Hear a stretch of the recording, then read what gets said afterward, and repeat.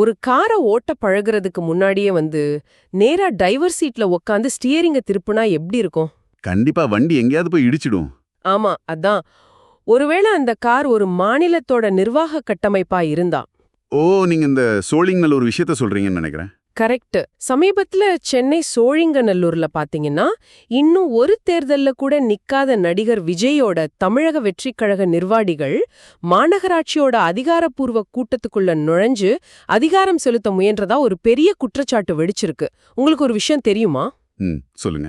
அரசியல்னாலே நமக்கு இந்த மேடையில நடக்கிற காரசாரமான பேச்சுகள் தான் ஞாபகத்துக்கு வரும். ஆனா நிஜமான அதிகாரம் நீங்க காணாத 2 அறைகள்லயும் டெண்டர் சட்டங்களுக்கு மத்தியிலையும் கூட்டணி கட்சிகளோட பேரம் பேசுதல்லையும் தான் ஒளிஞ்சிருக்கு. 100க்கு 100 உண்மை. இன்னைக்கு நாம பார்க்க போறது எப்படி இந்த அதிகாரத்தோட செஸ் விளையாட்டு உங்களுக்கு தெரியாமலேயே உங்க அன்றாட வாழ்க்கையே தீர்மானிக்குது அப்படிங்கறத பத்தி தான்.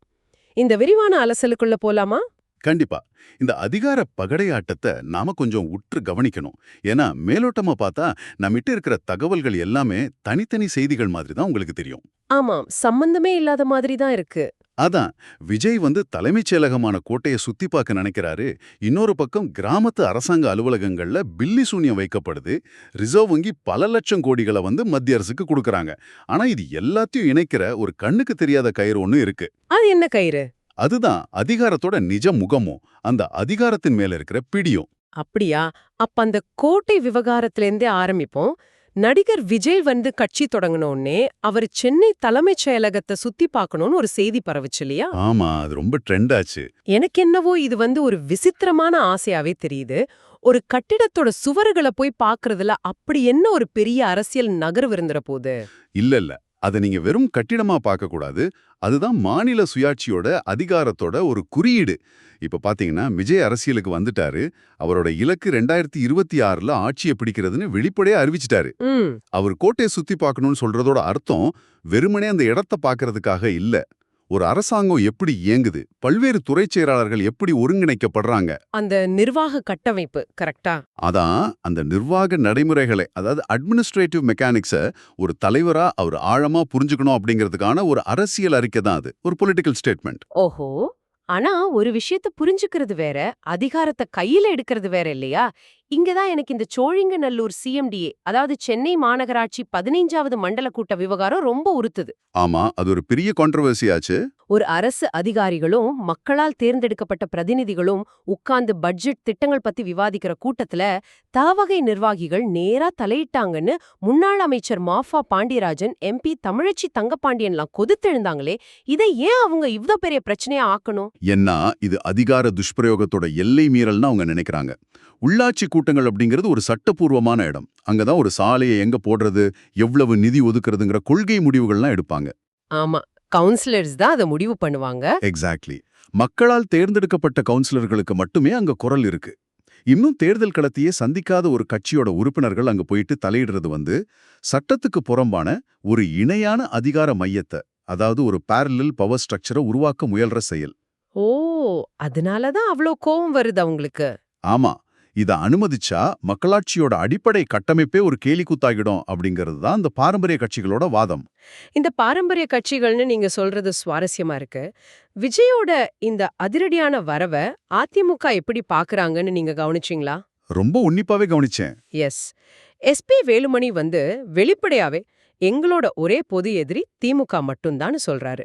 விஜய் ஒரு பெரிய அச்சுறுத்தலா, குறிப்பா இளைஞர்களோட வாக்குகளை பிரிக்கிற சக்தியா வளர்ந்து வர்ற நிலையில அவரை பத்தி பேசாம அதிமுக ஏன் கண்மூடித்தனமா திமுகவே டார்கெட் பண்றாங்க? இது கண்மூடித்தனமான நகர்வில்ல. இது ஒரு ரொம்ப நுட்பமான அரசியல் தற்காப்பு வியூகம்.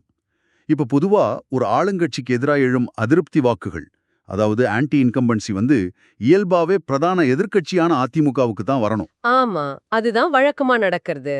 ஆனா விஜய் ஒரு கவர்ச்சிகரமான மாற்று சக்தியா தன்னை முன்னிறுத்துறதால அந்த வாக்குகள் அவரை நோக்கி போயிடுமோங்கிற ஒரு அச்சம் அதிமுகவுக்கு உள்ளூர இருக்கு. ஓ, அதனால அவரை ஒரு பொருட்டாவே மதிக்காத மாதிரி காட்டுறாங்களா? அதான், விஜயெல்லாம் ஒரு போட்டியே கிடையாது. 50 கால உள்கட்டமைப்பும் ஒவ்வொரு தெருவுலையும் பூத் கமிட்டிகளும் வச்சிருக்க நாங்க தான் திமுகவை வீழ்த்தக்கூடிய ஒரே சக்தி அப்படின்னு வாக்காளர்களோட மனப்போக்கு, அந்த ஓட்டர் சைக்காலஜியை தங்களை நோக்கியே நிறுத்தி வைக்கிற ஒரு தந்திரம் இது. ரொம்ப தெளிவா சொன்னீங்க. சரி, மறுபுறம் ஆளுங்கட்சியான திமுகவோட அதிகார பகிர்வை பார்த்தோம்னா அது முற்றிலுமா வேறொரு பரிமாணத்துல இயங்குது. சமீபத்துல துணை முதல்வர் உதயநிதி ஸ்டாலின் வந்து என் தந்தை ஒரு சொத்து அப்படின்னு சொன்னது பெரிய விவாதத்தை உருவாக்குச்சே. ஆமா, வாரிசு அரசியல்னு எதிர்க்கட்சிகள் ரொம்ப விமர்சிச்சாங்க. ஆமா, இது எதிர்க்கட்சிகள் அப்படி விமர்சிச்சாலும் திமுக இதை எப்படி நியாயப்படுத்துது? அவங்க தரப்பு வாதம் என்னவா இருக்கும்? இப்ப திமுக மாதிரியான திராவிட கட்சிகள்ல தலைவர்கள் தான் அந்த கட்சியோட பிணைப்பு சக்தி. மு.க. ஸ்டாலின் அப்படிங்கிறவரு வெறும் முதலமைச்சர் மட்டும் கிடையாது. அவர் 50 ஆண்டுகால அரசியல் உழைப்போட குறியீடு. அந்த வகையில அவர் கட்சிக்கு ஒரு பொலிட்டிக்கல் அசெட். அதாவது ஒரு அரசியல் சொத்து. கரெக்ட். உதயநிதி அப்படி சொல்றதுக்கு பின்னாடி இருக்கிற உளவியல் என்னன்னா, அந்த தலைமையோட தொடர்ச்சியும் கட்சியின் மேலான கட்டுப்பாடும் எந்தவித உட்கட்சி பூசலும் இல்லாம இயல்பாவே தன்னிடம் சேரணும் அப்படிங்கிறது தான். வாரிசுகள் உருவாக்கப்படுறதே அதற்காகத்தானா? ஆமா, பாரம்பரிய அரசியல்ல வாரிசுகள் முன்னிறுத்தப்படுறது அதிகாரம் சிதறிடாம ஒரு மையப்புள்ளியிலேயே இருக்கிறத உறுதி செய்யத்தான். புரியுது. ஆனா இந்த அதிகார பிடிக்குள்ள இன்னொரு சிக்கலும் வருது. அதுதான் காவிரி விவகாரம். இப்ப திமுக தேசிய அளவுல இந்தியா கூட்டணியில இருக்காங்க. கர்நாடகாவுல இருக்கிற காங்கிரஸ் அரச அவங்களால சட்டுன கடுமையா எதிர்க்க முடியாத ஒரு தர்ம சங்கடம் இருக்கு இல்லையா? நிச்சயமா இருக்கு. மாநில உரிமைகள்னு வரும்போது தேசிய கூட்டணி கணக்குகள் எப்படி ஒரு மாநில கட்சியோட கைகளை கட்டுது அப்படிங்கிறதுக்கு இது ஒரு மிகச்சிறந்த உதாரணம். இதை எதிர்க்கட்சிகள் எப்படி பயன்படுத்துறாங்க? இந்த மென்மையான போக்கத்தான் எடப்பாடி பழனிசாமியும் புதுசா மாநில சுயாட்சி பேசுற விஜயும் தங்களுக்கு சாதகமான அரசியல் ஆயுதமா மாத்த முயல்றாங்க. கர்நாடக அரசுக்கு எதிரா திமுகவால காட்ட முடியாத ஆக்ரோஷத்தை தாங்க காட்டி மக்களோட உணர்வுகளை அறுவடை செய்ய நினைக்கிறாங்க. சரி, அதிகாரத்தை மையப்படுத்துறத பத்தி நிறையவே பேசிட்டோம். ஆனா அந்த அதிகாரத்துல பங்கு கேட்கிற கூட்டணி கட்சிகளோட நிலைமை என்ன? விசிஓவோட ஆதவ் அர்ஜுனா இது சமூக நீதி அரசுனா கூட்டணி கட்சிகளுக்கும் ஆட்சியில பங்கு தரப்படணும்னு பகிரங்கமாவே கேட்டாரே. ஆமா, அது பெரிய புயல கிளப்புச்சு. எனக்கு என்னவோ தேர்தல் வரப்போற நேரத்துல இது வெறும் பேரம் பேசுறதுக்கான ஒரு தந்திர மாதிரி தான் படுது. நீங்க அப்படி சுலபமா ஒதுக்கிட முடியாது. இது வெறும் தேர்தல் பேரம் கிடையாது. இதுக்கு பின்னாடி ஒரு நீண்டகால சமூக அரசியல் தர்க்கம் இருக்கு. எப்படி சொல்றீங்க? இப்ப தலித் மற்றும் ஒடுக்கப்பட்ட மக்களோட 20% ஓட்டுகளை ஒருங்கிணைச்சுதான் பெரிய கட்சிகள் ஆட்சியை பிடிக்குது. ஆனா அமைச்சரவைன்னு வரும்போது ஒடுக்கப்பட்ட சமூகத்தோட பிரதிநிதிகளுக்கு முக்கியத்துவம் வாய்ந்த துறைகள் ஒதுக்கப்படுறதில்ல. கூட்டணி கட்சிகளும் அதிகாரத்திலிருந்து விலக்கியே வைக்கப்படுறாங்க. ஆமா, அது காலம் காலமா நடக்கிறது தான். அதான் பதவிய பகிராம அதிகாரத்தை மறுத்துட்டே வெறும் மேடையில மட்டும் சமூக நீதி பேசுறது போலித்தனம் அப்படிங்கிற அழுத்தமான தர்க்கத்தை தான் அவர் முன்வைக்கிறார். ஆனா இதுக்கு திமுகவோட ரியாக்ஷன் ரொம்ப கடுமையா இருந்துச்சே. ஆராசா தனது கட்சிக்காக இதை எதிர்த்து பேசினாரு. ஆனா இதுல ஆச்சரியம் என்னன்னா, அதிமுகவோட மூத்த தலைவர் செங்கோட்டையன் ஆராசாவை விமர்சிச்சு இது தரம் குறைவான பேச்சுன்னு விசிகவுக்கு ஆதரவா பேசினாரு. நேற்றைய எதிரி இன்றைய நண்பனா? இதுதான் அரசியல் சொடுகுடு. செங்கோட்டையனுக்கு விசிக மேல திடீர் பாசம்லாம் வந்துடல. அப்புறம் ஏன் அப்படி சப்போர்ட் பண்றாரு? ஆராசாவோட பேச்ச வச்சு பாத்தீங்களா, உங்களை திமுக கொஞ்சமும் மதிக்கிறதில்ல அப்படின்னு விசிகவுக்கு உணர்த்தி அந்த திமுக கூட்டணியோட அடித்தளத்துல ஒரு விரிசலை ஏற்படுத்த முனைகிறாரு. ஓ, எதிர்காலத்துல கூட்டணிகள் மாறினா அது அதிமுகவுக்கு சாதகமா அமையும் அப்படிங்கிற ஒரு தொலைநோக்கு பார்வை. எக்ஸாக்ட்லி. செங்கோட்டையன் அப்படின்றதும் எனக்கு இன்னொரு விஷயம் ஞாபகத்துக்கு வருது. அவரு கோபிசெட்டிப்பாளையம் தொகுதியில பலமுறை ஜெயிச்சவரு. அங்க அவரை ஒரு நிழல் முதல்வர், அதாவது ஷேடோ சிஎம் மாதிரி மக்கள் பாக்குறாங்க. ஆனா அவர் எப்பவுமே இந்த நிதித்துறைய விட்டுட்டு வருவாய்த்துறை மேல மட்டும் ஏன் எவ்ளோ நாட்டம் காட்டுறாரு? நிதித்துறை தானே ஒரு மாநிலத்தோட பெரிய பணப்பெட்டி. பாக்குறதுக்கு அப்படிதான் தோணும். மேலோட்டமா பார்த்தா நிதித்துறை தான் பெருசுன்னு நினைப்போம். ஆனா அடிமட்டத்துல மக்களோட அன்றாட வாழ்க்கையை தீர்மானிக்கிறது வருவாய்த்துறை தான். அது எப்படி? நிதித்துறை அப்படிங்கிறது கோப்புகள்ல பட்ஜெட்டை முடிவு பண்றது. ஆனா ஒரு சாமானிய மனுஷனுக்கு தேவையானது என்ன? பட்டா மாறுதல், சாதிச் சான்றிதழ், முதியோர் உதவித்தொகை, நில அளவீடு, இதெல்லாம் தானே. ஆமா, அடிக்கடி தாலுகா ஆபீஸ் போற வேலைகள். கரெக்ட். இதெல்லாம் தாசில்தார் மற்றும் வருவாய்த்துறையின் கீழே தான் வரும். கிராமப்புறங்கள்ல யார் இந்த துறையை தன் கட்டுப்பாட்டுல வச்சிருக்காங்களோ அவங்க தான் மக்களோட உண்மையான பிரச்சனைகளை தீர்க்க முடியும். ஒரு எம்எல்ஏவா தனது தொகுதியை தன் பிடிக்குள்ள வச்சிருக்கிற வருவாய்த்துறை தான் பிரம்மாஸ்திரம் அப்படிங்கிறத செங்கோட்டையன் மாதிரியான மூத்த தலைவர்கள் அனுபவபூர்வமா உணர்ந்திருக்காங்க. ஓஹோ, ஒருவேளை அதனாலதான் முன்னாள் எம்பி சத்யபாமா தொகுதிக்கு எதுவும் செய்யலன்னு கடுமையான அதிருப்தி மக்கள் கிட்ட இருந்த போதும் அத அமைதியா அவங்க பொறுத்துக்கிட்டாங்களா? ஆமா, நிச்சயமா. தனிப்பட்ட ஒரு பிரதிநிதியோட செயல்திறனை விட கட்சியோட கட்டமைப்பு, சாதிய சமன்பாடுகள், அப்புறம் அந்த தொகுதியை யாரு மறைமுகமா கட்டுப்படுத்துறாங்க அப்படிங்கிறது தான் தேர்தல் வெற்றியை தீர்மானிக்குது. மக்கள் அதிருப்தி அடைஞ்சாலும் ஒட்டுமொத்த அரசியல் மிஷினரி அதை எப்படி சமாளிக்குதுங்கிறதுக்கு இது ஒரு நல்ல உதாரணம். சரி, அரசியல் கணக்குகளை பார்த்ததும் போதும். இப்ப நிஜமான அரசாங்க அலுவலகங்கள்ல நிர்வாகம் எப்படி நடக்குதுங்கிறத பாப்போம். சமீபத்துல திமுக ஆட்சியில பல குறுகிய கால டெண்டர்கள் அதிரடியா நிறுத்தப்பட்டுச்சு. என்ன பொறுத்தவரை ஒரு சாலையில பெரிய பள்ளம் இருக்குன்னா அதை உடனே சரி செய்யணும். டெண்டரை ரத்து செஞ்சா வேலை தாமதமாகும் தானே? இது ஒரு நிர்வாக முடக்கம் இல்லையா? இல்லைங்க, இது நிர்வாக முடக்கம் இல்ல, கட்டமைப்பு ஊழலை தடுக்கிற ஒரு முயற்சி. கட்டமைப்பு ஊழலா? எப்படி? தமிழ்நாடு டெண்டர்கள்ல வெளிப்படைத்தன்மை சட்டம் 1998 படி 2 கோடி ரூபாய்க்கு மேலான திட்டங்களுக்கு 30 முதல் 45 நாட்கள் அவகாசம் தரப்படணும். ஏன் தெரியுமா? ஏன்? அப்போதான் தகுதியான பல ஒப்பந்ததாரர்கள் அந்த திட்டத்தை மதிப்பிட்டு பேங்க் கேரண்டி எல்லாம் வாங்கி போட்டிக்கு வர முடியும். இயற்கை பேரிடர் மாதிரியான அவசர காலங்கள்ல மட்டும்தான் 15 நாட்களுக்குள்ள குறுகிய கால டெண்டர் விடலாம். ஓ, அப்படியானா சாதாரண வேலைகளுக்கு 15 நாள் டெண்டர் விடுறதுல என்ன சிக்கல் வந்துற போகுது? சிக்கல் என்னன்னா, 15 நாட்கள்ல ஒரு புது ஒப்பந்ததாரரால அந்த தொகையை திரட்டவோ எஸ்டிமேட் பண்ணவோ முடியாது. அந்த திட்டம் முன்கூட்டியே யாருக்கு தரப்படணும்னு அதிகாரிகளும் அரசியல்வாதிகளும் முடிவு செஞ்சிருக்கிறாங்களோ. ஓ, அந்த வேண்டிய நபர் மட்டும் முன்கூட்டியே ரெடியா இருப்பாரு. ஆமா. ஆக குறுகிய கால டெண்டர் அப்படிங்கிறது தங்களுக்கு வேண்டப்பட்டவங்களுக்கு பல கோடிகளை கட்டி கொடுக்கிற ஒரு பெரிய ஓட்டை. இந்த வெளிப்படைத்தன்மையற்ற தன்மையை தவிர்க்கத்தான் அந்த டெண்டர்கள் ரத்து செய்யப்பட்டுச்சு. இப்ப புரியுது இது எந்த அளவுக்கு நுட்பமான லஞ்ச முறை அப்படின்னு. வெளிப்படைத்தன்மைன்னு வரும்போது அரசு அலுவலகங்கள்ல அதிகாரப்பூர்வமற்ற பணவசூலை நிறுத்திட்டோன்னு பகிரங்கமா அறிவிக்கிறாங்களே, இது கொஞ்சம் வேடிக்கையா இருக்கு.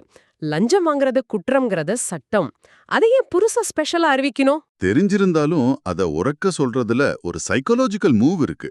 நீண்ட காலமா பத்திரப்பதிவு அலுவலகம், ஆர்டிஓ அலுவலகங்கள்ல இடைத்தரகர்கள் மூலமா வேலை நடக்கிறது ஒரு எழுதப்படாத விதியாவே மாறிடுச்சு. ஆமா, புரோக்கர் இல்லாம வேலையே நடக்காதேன்னு ஒரு நினைப்பு இருக்கு.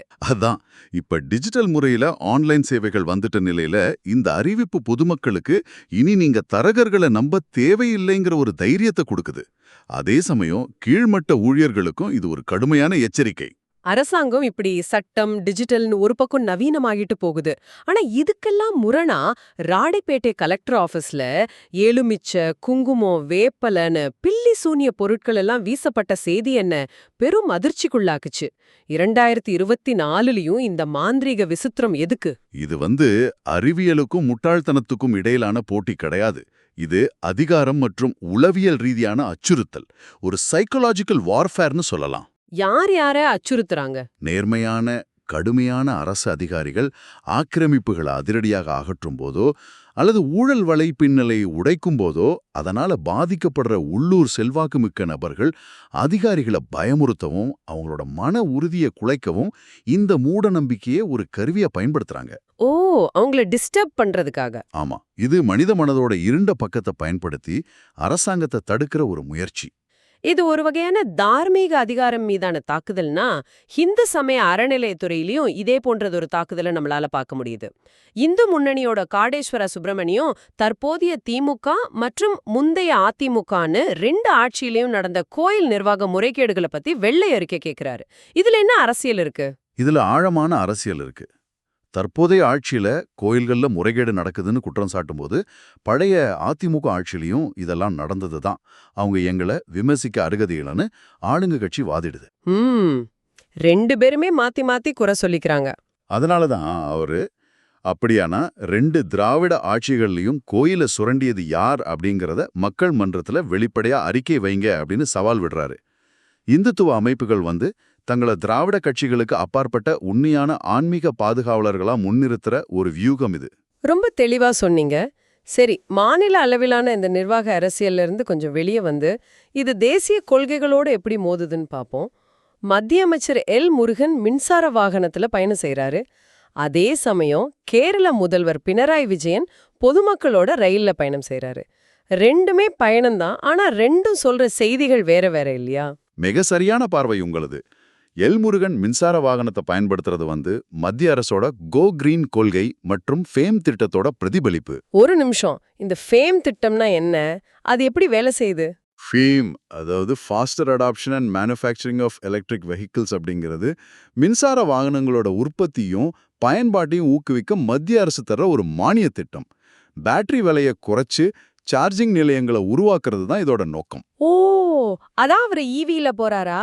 ஆமா, எல்முருகன் அந்த வாகனத்துல செல்றது நாங்க தொழில்நுட்பம் மற்றும் எதிர்காலத்தை நோக்கி செல்றோம் அப்படிங்கிற ஒரு தேசிய பிம்பத்தை உருவாக்குது. மறுபுறம் பினராயி விஜயன் ரயில்ல செல்றது விவிஐபி ஆடம்பரத்தை தவிர்த்து நாம் பாட்டாளி வர்க்கத்தின் தோழன்னு காட்டுறதா? எக்ஸாக்ட்லி, மக்களோட மக்களா இணையற கம்யூனிஸ்ட் சித்தாந்தத்தோட நேரடி செயல்பாடு அது. இதே போல மாநிலங்கள் தங்களை எப்படி தனித்துவமா முன்னிறுத்துறாங்க அப்படிங்கிறதுக்கு தெலுங்கானாவுல அனந்தகிரி ஹில்ஸ் பகுதியில கட்டப்பட்டு வர்ற கண்ணாடி பாலம் இன்னொரு சிறந்த உதாரணம். அது சுற்றுலா பொருளாதாரத்தை நம்பி இருக்கிற மாநில வளர்ச்சி கொள்கை. பொருளாதாரம்னு வரும்போதுதான் எனக்கு மிகப்பெரிய ஆச்சரியம் காத்திருந்துச்சு. ரிசர்வ் வங்கி மத்திய அரசுக்கு பிரம்மாண்டமா 2.8 லட்சம் கோடி ரூபாய் உபரி நிதியை வழங்கியிருக்கு. எனக்கு தெரிஞ்சு ஆர்பிஐ எந்த பொருளையும் உற்பத்தி செஞ்சு விக்கல. பின் எப்படி இவ்ளோ பிரம்மாண்டமான லாபம் அவங்களுக்கு கிடைக்குது? அவங்க என்ன மேஜிக் பண்றாங்களா? ஆர்பிஐ மேஜிக்லாம் பண்றதில்ல. அவங்க நிதியை மிக நுட்பமா முதலீடு செஞ்சு வியாபாரம் செய்யறாங்க. வியாபாரமா? எப்படி? இதை இப்படி புரிஞ்சுக்கோங்க. ஆர்பிஐ கிட்ட இந்தியாவோட மிகப்பெரிய அந்நிய செலாவணி கையிருப்பு, அதாவது ஃபாரின் எக்ஸ்சேஞ்ச் ரிசர்வ்ஸ் இருக்கு. உலக சந்தையில டாலரோட மதிப்பு குறையும் போது அதை வாங்கி மதிப்பு கூடும்போது விக்கிறாங்க. இதுலயே பல ஆயிரம் கோடிகள் லாபம் வரும். ஓஹோ, ஷேர் மார்க்கெட் மாதிரி? கிட்டத்தட்ட அதேதான். ரெண்டாவதா, உள்நாட்டு வங்கிகள் ஆர்பிஐ கிட்ட வாங்குற கடன்களுக்கான வட்டி இருக்குல்ல, ரெப்போ ரேட், அப்புறம் அரசு பத்திரங்கள்ல செய்யற முதலீடுகள் மூலமா மிகப்பெரிய வருவாய் வருது. தங்களோட அவசர கால நிதி இருப்பை தக்க வச்சுக்கிட்டு மீதமுள்ள உபரி தொகைய அப்படியே மத்திய அரசுக்கு கொடுத்துடுறாங்க. இந்த நிதியை வச்சு அரசு என்ன பண்ணும்? இந்த நிதி தான் அரசோட நிதி பற்றாக்குறையை குறைக்கவும் சாலைகள், பாலங்கள் மாதிரியான உள்கட்டமைப்பு திட்டங்களுக்கும் பயன்படுது. சரி, இவ்ளோ நிதியை வச்சுக்கிட்டு உள்கட்டமைப்பு செய்யற மத்திய அரசு தேர்தல் செலவை குறைக்க ஒரே நாடு ஒரே தேர்தல் திட்டத்தை கொண்டு வருதே. ஆயிரக்கணக்கான கோடிகள் செலவாகிற தேர்தல்களை ஒரே நேரத்துல வச்சா நாட்டுக்கு லாபம் தானே. இதுல எதிர்க்க என்ன இருக்கு? செலவை குறைக்கிற கோணத்துல பார்த்தா நீங்க சொல்றது சரிதான். ஆனா மாநில கட்சிகள் இத அரசியல் மற்றும் அரசியலமைப்பு ரீதியா கடுமையா எதிர்க்கிறாங்க. ஏன்? அவங்களுக்கு இதுல என்ன நஷ்டம்? 2 முக்கிய நஷ்டங்கள் இருக்கு. ஒன்னு, நாடாளுமன்ற தேர்தலோட சட்டமன்ற தேர்தலும் நடந்தா பிரதமரை தேர்ந்தெடுக்கிற தேசிய பிரச்சனைகள் தான் ஊடகங்களை ஆக்கிரமிக்கும். மாநில உரிமைகள், குடிநீர், உள்ளூர் கல்வி மாதிரியான பிரச்சனைகள் அந்த அலையில காணாம போயிடும். ஆமா, லோக்கல் இஷ்யூஸ் அடிபட்டுடும். ரெண்டாவது, மிகப்பெரிய அரசியலமைப்பு சிக்கல். ஒருவேளை ஒரு மாநிலத்துல தேர்ந்தெடுக்கப்பட்ட ஆட்சி 2 வருஷத்துல பெரும்பான்மை இழந்து கழுந்துட்டா மீதமுள்ள 3 வருஷங்கள் என்ன செய்யறது? அது வரைக்கும் குடியரசுத் தலைவர் ஆட்சியா? அதான் கேள்வியே. இல்லனா புது தேர்தல் நடத்தி அந்த புது ஆட்சி 3 வருஷங்களுக்கு மட்டும்தானா? மாநிலங்களோட சுயாட்சியே இது முடக்கிடும் அப்படிங்கிறது தான் மிகப்பெரிய விமர்சனம். இது வெறும் செலவு குறைப்பு அல்ல, மாநில அதிகாரம் பறிக்கப்படுற ஆபத்து இருக்குன்னு புரியுது. இந்த அரசியல் சட்டங்கள், கொள்கைகள் எல்லாமே இவ்ளோ சிக்கலா இருக்கு. ஆனா சாமானிய மக்கள் சமூக ஊடகங்கள்ல எப்படி திசை திருப்பப்படுறாங்க அப்படிங்கறத பாக்கும்போதுதான் எனக்கு மிகப்பெரிய கவலையா இருக்கு. நீங்க எந்த விஷயத்த சொல்றீங்க? இந்த அபிஜித் தீப்கே மாதிரியான சமூக ஊடக செயல்பாட்டாளர்கள் சைபர் குற்றங்களுக்காக கைது செய்யப்படும்போது பெற்றோர் மத்தியில ஒரு பெரிய பயம் வந்திருக்கே, அததான் சொல்றேன். ஆமா, அந்த பயம் மிகவும் நியாயமானது. இணையத்துல ஆர்வக்கோளாறால அல்லது அரசியல் நிலைப்பாட்டால இளைஞர்கள் பதியிற கருத்துக்கள் சமூக அமைதியை சீர்குலைப்பதா கருதப்பட்டா புதிய தகவல் தொழில்நுட்ப சட்டம் மற்றும் புதிய குற்றவியல் சட்டங்களின் கீழ் வினையில வெளிவர முடியாத பிரிவுகள்ல கைது செய்யப்படுறாங்க. பேலே கிடைக்காதா? ஆமா, இது வெறும் போலீஸ் கேஸ் அல்ல. அந்த இளைஞர்களோட ஒட்டுமொத்த எதிர்கால வேலை வாய்ப்புகளையும் பாஸ்போர்ட் பெறுவதையும் கூட நிரந்தரமா சிலிச்சிடும். ஆனா இது எல்லாத்தையும் விட எனக்கு ஒரு பெரிய ஜனநாயக ஆபத்து கண்ணுக்கு தெரியுது. சமூக ஊடகங்கள்ல இருக்கிற கண்மூடித்தனமான ஆதரவாளர்கள், அதாவது பிளைண்ட் ஃபாலோவர்ஸ், எந்த ஒரு கேள்வியும் கேட்காம தர்க்கம் செய்யாம ஆல்கோரிதம்கள் தங்களுக்கு பிடிச்சமான பொய்யான செய்திகளை திரும்ப திரும்ப காட்டும்போது அது அப்படியே நம்புற ஒரு மிகப்பெரிய சமூகம் உருவாக்கிட்டு இருக்கே. கண்டிப்பா இதுதான் இன்றைய டிஜிட்டல் அரசியலோட மிகப்பெரிய சோகம். நாம முன்னாடியே பேசின அதிகார பகிர்வு, டெண்டர் ஊழல், ஒரே நாடு ஒரே தேர்தல்னு இந்த எல்லா அரசியலும் எந்தவித தடங்களும் இல்லாம செழித்து வளர்றதே தர்க்கம் செய்ய தவறிய இந்த தொண்டர் படைய வச்சுதான்.